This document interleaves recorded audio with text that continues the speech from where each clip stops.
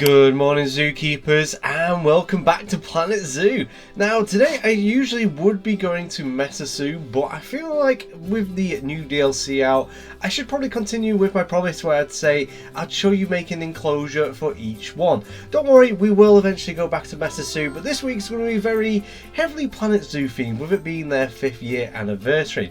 Now, as you can see right now in the background, I've already started the fence. Now, I've already got some ideas for this enclosure. I was watching a Caesar's Crate video and he was showing how they make like natural enclosures, and the way to do it, they're using rocks as a base layer and adding grass. So I'm going to use that for the first time. I've not actually properly done that. I kind of slightly touched on something similar to that with the leopard enclosure, but I'm going to definitely make it more prominent in this enclosure because it makes the animals use actual lanes because they can't step on these stones that I'm going to be using. And yeah, it's going to make it a rather interesting, easier way to channel lanes. Anyways, just for some inspiration for like looking at enclosures for the Dik, which is honestly now the cutest animal in this game in my personal opinion. I'll get those on screen right now and I'll show you exactly the kind of ideas that I was taking from each of these pictures.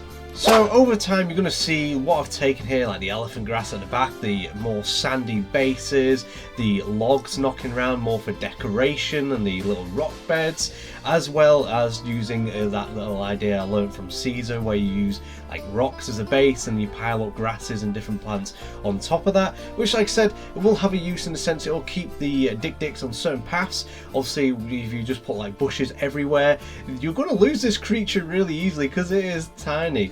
But anyways, you see right now I'm just making a fence and going around. I really do like the simplicity of that fence, and that's why I chose it. There was another picture that I didn't add up on there, but it was the glass barrier. It wasn't actually for a Dik enclosure, it's from another animal's enclosure, but I really liked it, so I incorporated it as its main viewing area.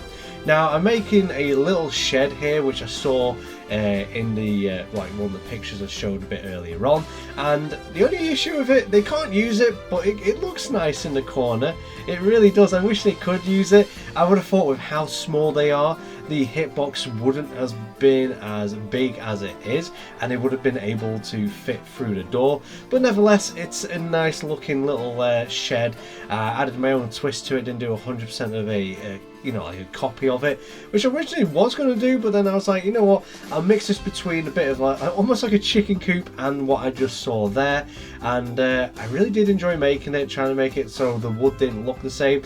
It took me a while to realise the wood was the same pattern on both sides, so it did take a lot of different little moves and things like that to make it look like it wasn't the same kind of like wood and same pattern, just to make it look different. And as well, I used to use a corrugated piece of metal as its roof, as I really do like using corrugated metal. It's not ideally the best material to use, especially when it rains. It makes a lot of noise that can be a bit jolting for some creatures.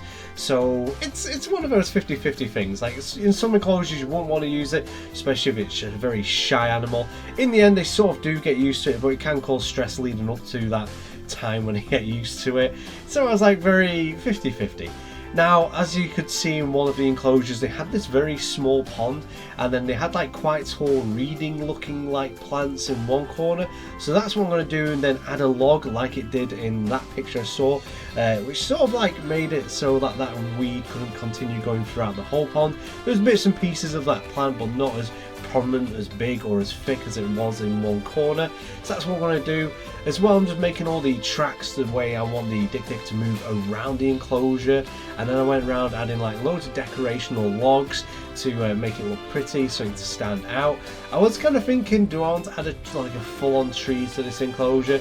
But in the end I decided against it. Not all of the enclosures had trees in, some were really barren and they just had these fake logs or like actual logs where they've just been cut down as more of like a decoration. And I feel like that kind of helps you to be able to see the Dik a bit. There ain't too much shadow, there's nothing that too big shadowing over it other than the trees on the outskirts of the enclosure, and it just helps you to be able to see this really tiny cute creature.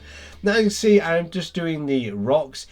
Caesar has his own like made rocks that you can get on the workshop, I do believe, but I just decided to use the Folks rocks and just change it around, have this like greyish look, so it looks like they've been placed in there. It's not from that natural ground like they bought it from, I'm just going to say B&Q, but there's other places you can buy rocks from, and that's basically, I just did that all the way across the same, sunk it into the ground. The dig deck ain't able to walk on it, so then they can't get hidden in all the plants. Now I just use this buffalo grass, which is my favourite grass in the game, as a base layer all the way around, rather than using any brush grass even, because it makes it more interesting. As well, like I said, it stops them from going into the grass and hiding into it with all the rocks. So as you can see, I'm going to start thickening it up with different plants in different areas, just to make it look interesting. Usually I would make the enclosures to the plants that they like, but I've changed my mind, and now in this build, particularly for this park, I'm just going to be using mainly plants that I like the look of, that make the enclosure look a bit interesting, a bit more natural. Because obviously when you look at some zoos, they don't specifically have the plants that are native to that creature, because they won't survive some of the plants, especially in tropical regions. You'd have to do them in like greenhouses and things like that. So I honestly did go around adding loads of plants, definitely a few nettles in there. Back in my day, nettles were the bane of my life, because they would grow everywhere you wouldn't want them to grow. Like for example, literally as you step into the enclosure, they'd be right next to your legs, and if it's summer and you're wearing shorts, you're gonna get stung. But anyways, I did add a few of those, mainly because it's happy sort of memories, I suppose. But honestly, the dig deck is so cute, like it's adorable, and this enclosure makes it so easy to see them because they're on these sandy tracks and not hidden by vegetation. Again, I have to say a big thank you to Frontier, who had gifted me this DLC, the Zookeepers animal pack, and honestly I'm really enjoying it. Especially the dig deck are the cutest creature in the game for me. Like, they are adorable.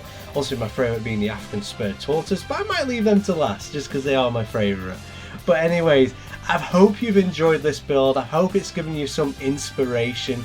And like I said, if you're ever stuck for like building an enclosure and you're not too sure how you want to design it, go on Google, search up like animal enclosures or certain environments, and then take the bits that you like of those enclosures, those pictures, and put it into your own thing.